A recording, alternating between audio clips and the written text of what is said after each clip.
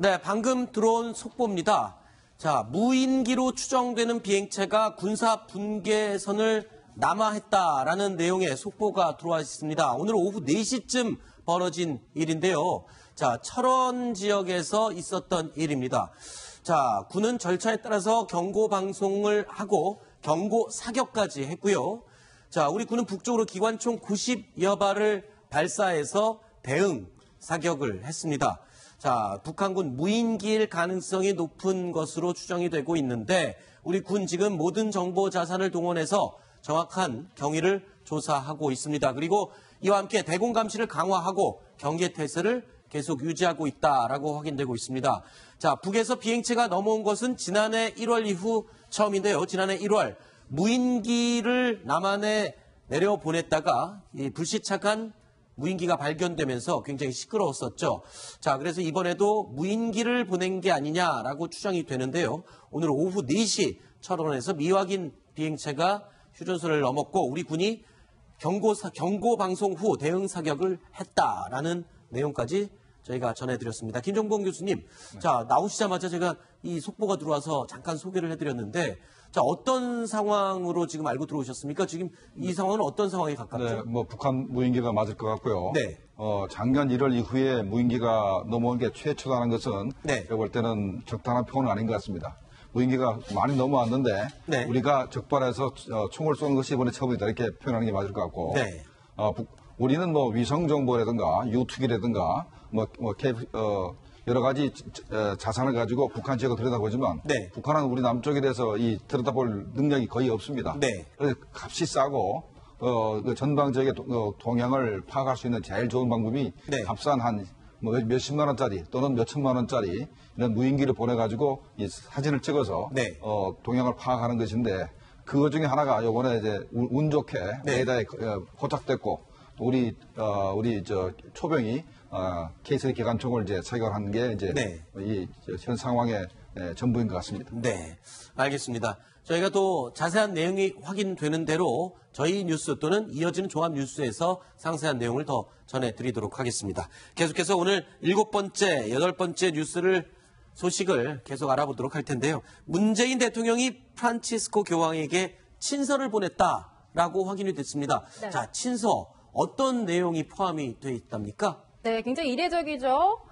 교황청에 직접 친서를 보낸 내용이 이렇습니다. 네. 프란치스코 교황의 2014년 방한에 대한 감사, 그리고 남북 화해와 평화를 위한 새 정부의 노력이 결실을 맺을 수 있도록 기도해달라고 부탁했다.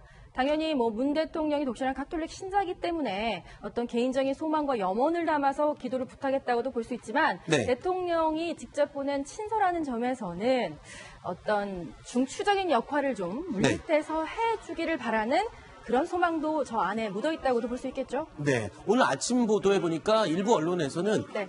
남북 정상회담을 좀 중재를 해달라 이런 내용이 포함됐다라는 보도가 나오기도 했었는데 어떻습니까? 그런 내용이 포함되어 있었던 게 맞습니까? 남북 정상회담 얘기는 사실이 아닌 걸로 확인이 됐습니다. 네. 더군다나 이제 교황청에서 남북 정상회담 정도를 이렇게 주선할 수 있는 그런 입장은 아니라고 생각이 됩니다. 이 교황청은 일단 남북한 동시수교국이고 명목상으로 주 북한 대사도 있습니다. 네. 있고 북한에서도 교황청 대사가 있긴 합니다만은 그다음에 이제 가끔 가다 보면은 교황청에서 남북한 관계를 이렇게 개선시키는 역할을 과거에도 한 사례가 있긴 네. 있습니다.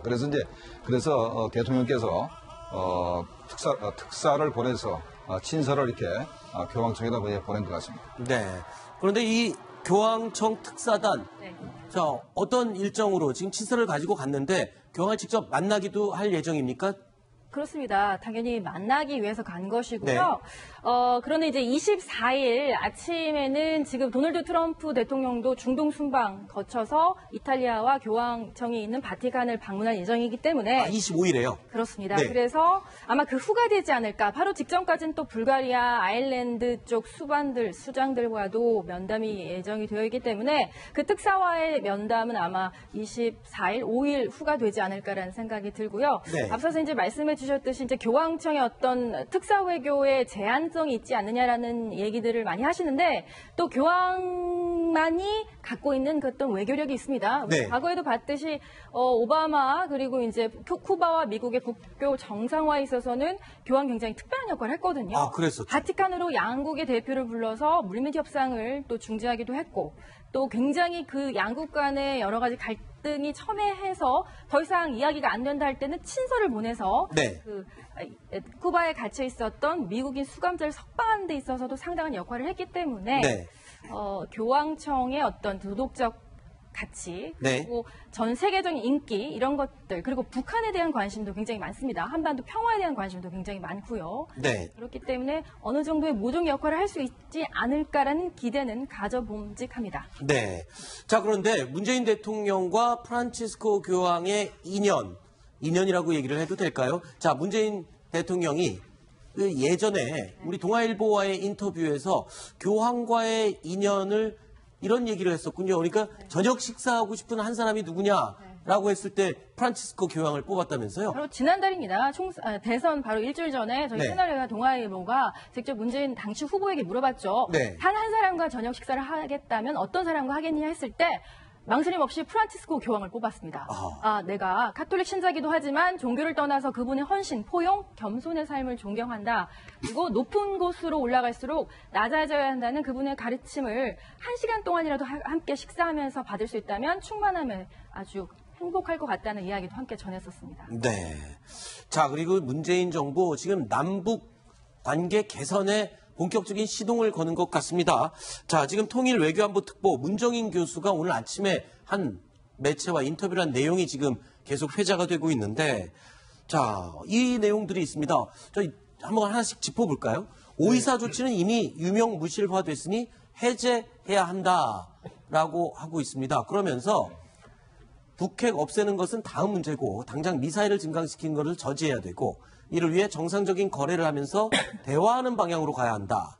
이러면서 지금 의견을 피력을 했어요. 얼마나만큼 이 현실적인 이야기가 될까요? 자, 오이사 조치는 네. 그 북한이 천안함을 폭침시켰기 때문에 그렇죠.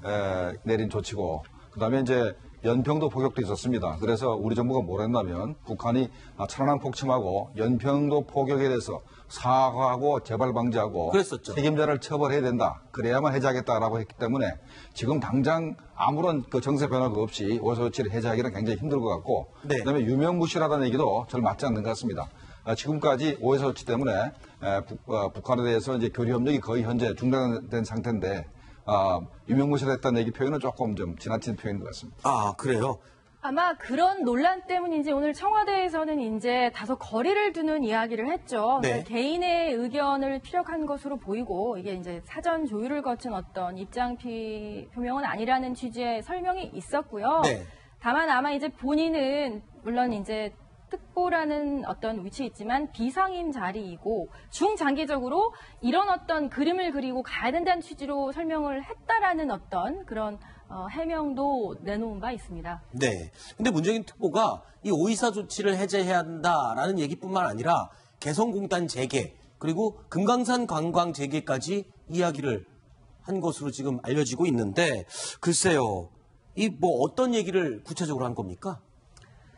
그러니까 이제 개성공단 제외한 이게 너무 이제 어떻게 보면 자승자박이었다 이런 취지로 얘기를 한 것이죠. 네. 그러니까 개성공단이라는 것 자체는 남북 교류 협력의 상징인데 이것을 너무 무리하게 이렇게 묶어놓다 보니까는 어떻게 보면 북핵 해결의 그러니까 북핵 해결의 어떤 마중물이 될 수 있는 계기도, 전환점도 이걸 완전히 문을 닫아버림으로 인해서 교류 협력의 물꼬조차를 아예 그냥 완벽하게 막아버렸다 이런 취지로 얘기를 했는데요. 근데 개성공단은 북한이 다 먼저 폐쇄 조치한 거 아닙니까?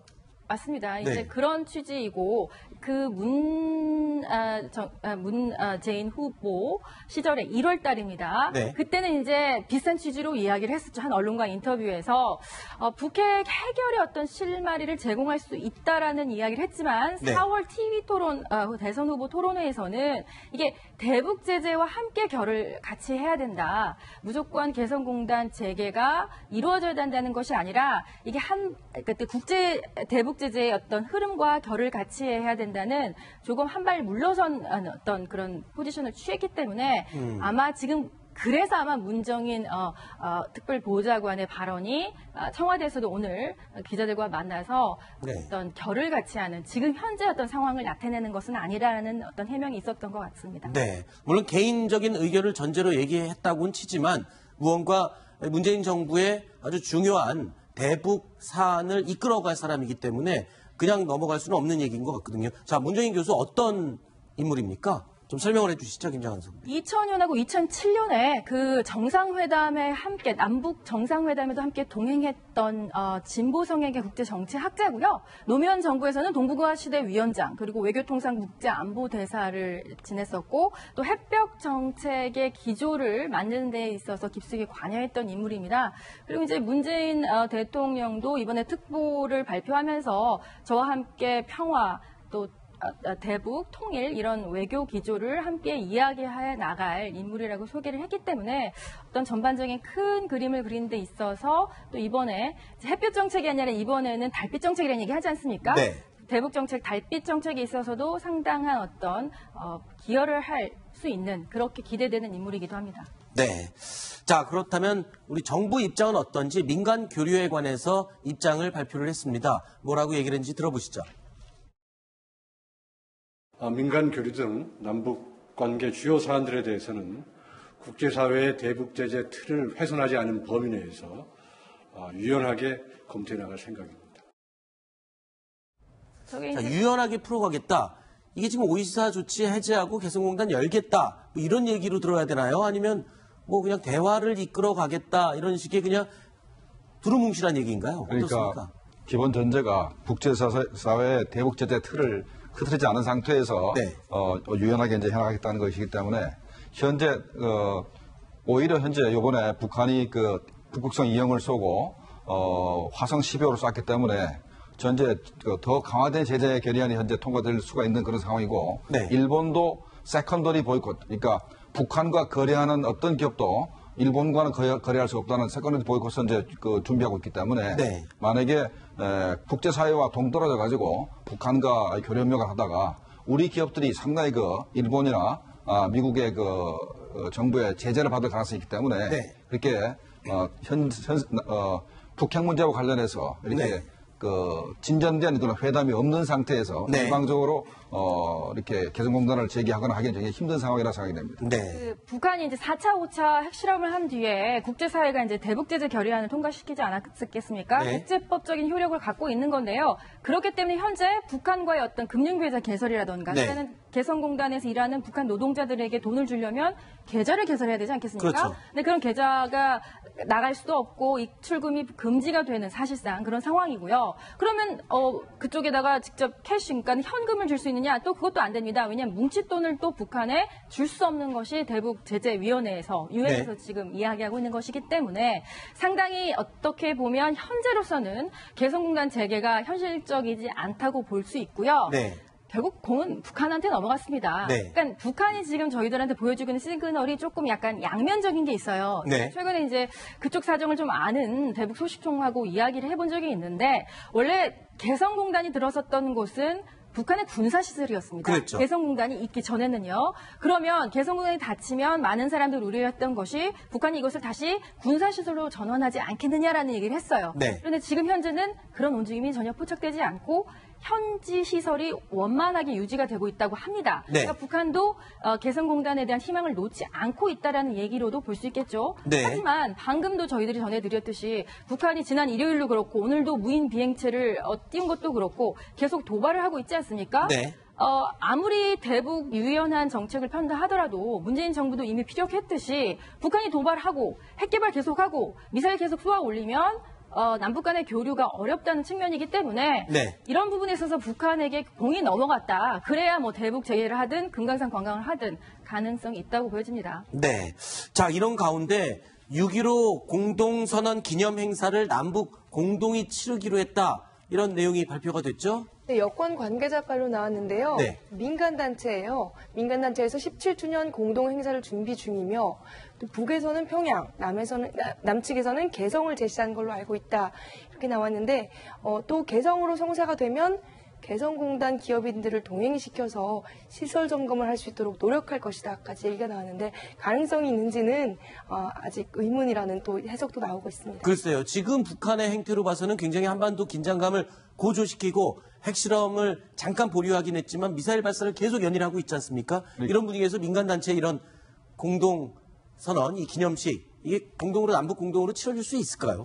가능할 것 같습니다. 아, 그래요? 현 정부 추세로 봐서는 가능할 것 같고요. 네. 그러니까 6.15 공동선언 관련해서 남북한이 2008년까지는 공동을 행사했고 과거에는 통일부 장관이 직접 참석한 적도 있었습니다. 네. 그런데 이제 그 이후로 정부에서 허락하지 안 해줬기 때문에 민간단체에서는 그 평양과 서울에서 행사를 추진하려고 그러다가 안 되니까 중국이라든가 이런 데서 이제 우리 정부의 의견과 상관없이 이렇게 행사를 꼭 해왔기 때문에 네.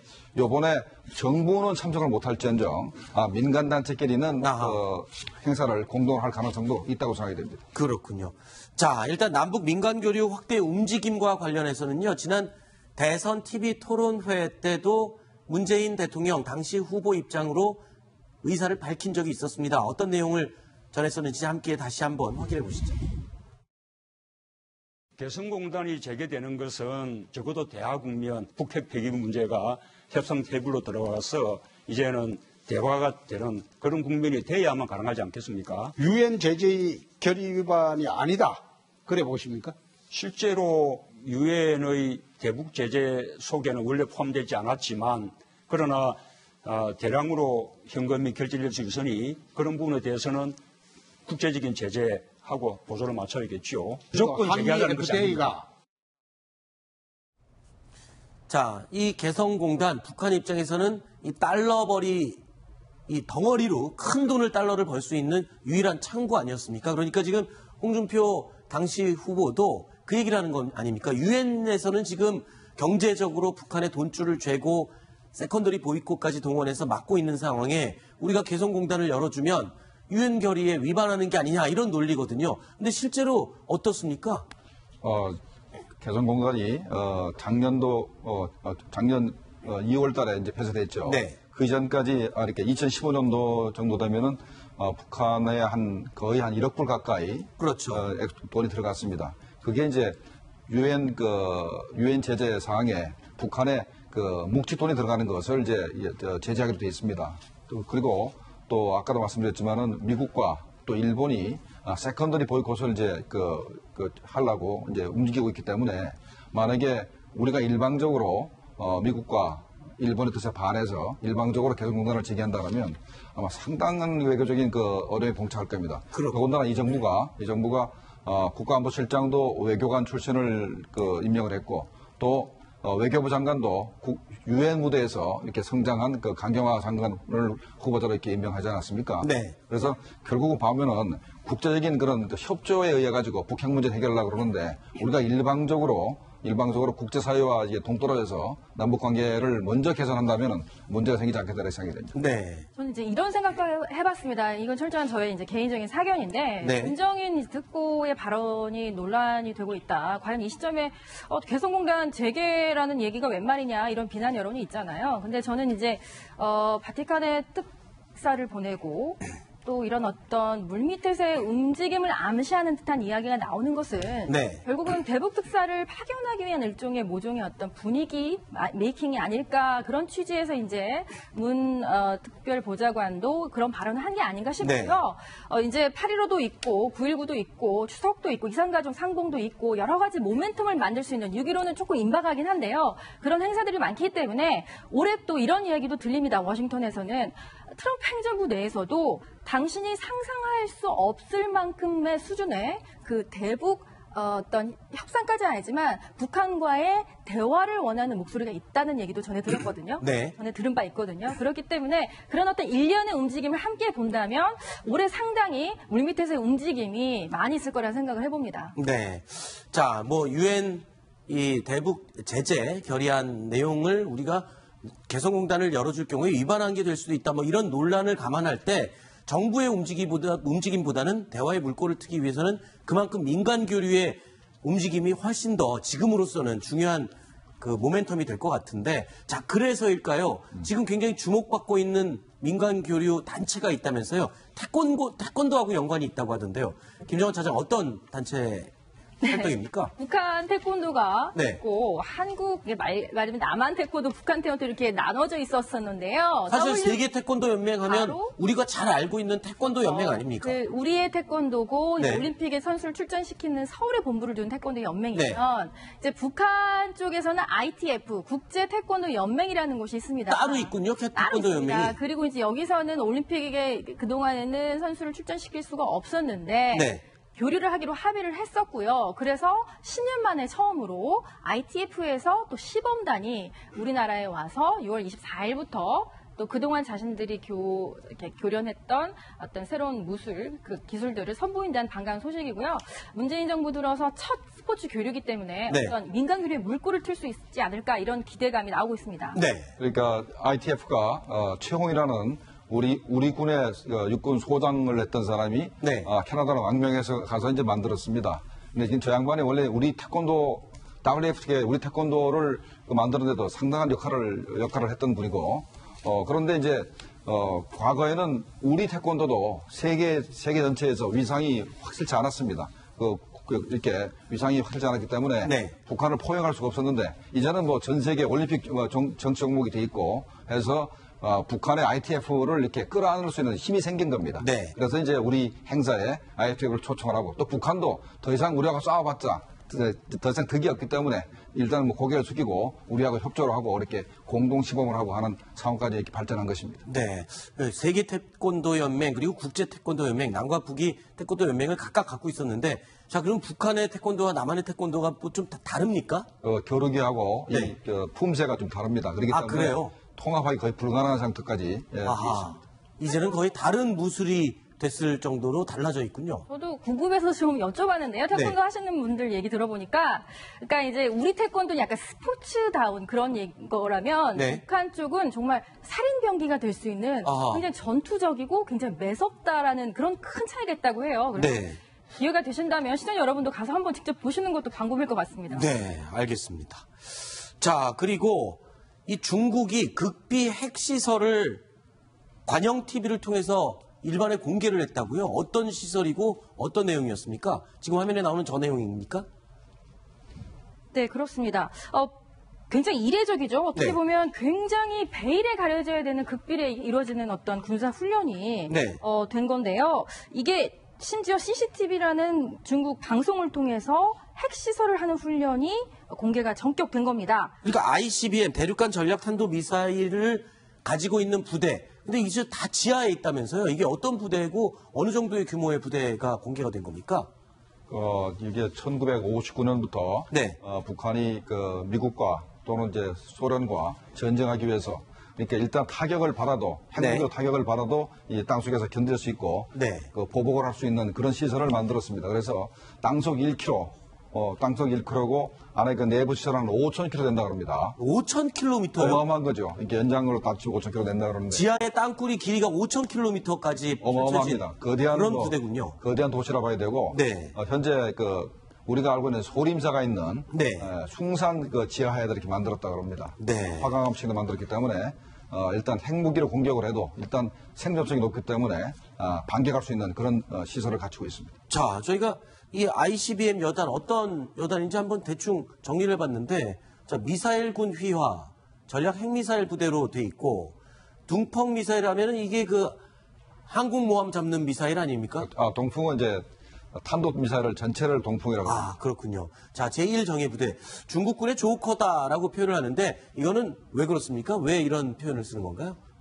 글쎄요, 조커라는 표현을 쓴 게 좀 그런데요. 그러니까, 그러니까 어떤 경우를 하더라도, 생존성이 높기 때문에 네. 중국이나 러시아나 핵무기를 가진 국가가 아무리 중국을 공격을 해도 살아남아서 결국은 보복할 수 있는 그런 조커 같은 역할을 한다라고 해서 이제 조커라는 표현을 쓴 것 같습니다. 그렇군요. 그런데 이렇게 지하에 극비리에 지어놓은 엄청난 규모의 부대를 계속 숨겨놔야지 이걸 왜 공개한 겁니까?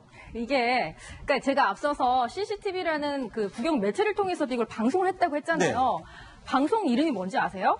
여기에 답이 있을 것 같습니다. 방송 이름이 뭡니까? 깊은 산 속에 잠복해 대국의 장검을 연마한다. 아하. 대국은 물론 중국을 이야기하는 거겠죠. 네. 장검은 도대체 어디를 겨누고 있는 것일까요? 네. 결국은 미국을 견제한다라고 해석할 수 있을 것 같고요. 네. 이제 이 지역의 전략적 자산뿐만 아니라 MD 체제를 강화시키는 미국에게 일종의 경고 메시지를 보내면서 우리도 이만큼의 위력을 가지고 있고 우리도 미국의 어떤 전략적 지역 내에서의 세력 강화를 좌시하지 않겠다. 네. 대국의 장검 바로 여기 있다라는 메시지를 보낸 거라고도 해석할 수 있을 것 같습니다. 네. 그러니까 이거는 우리 사드 배치하고도 좀 연관성이 있습니다. 네. 그러니까 사드가 배치되면서 만약에 미중 간의 전쟁이 동북아에서 벌어지게 되면 중국은 한국에는 주한미군 시설도 공격을 하게 됩니다. 근데 사드를 갖다 놓는 바람에 중국의 우리 한반도에 대한 공격 자체가 굉장히 무시화될 가능성이 있습니다.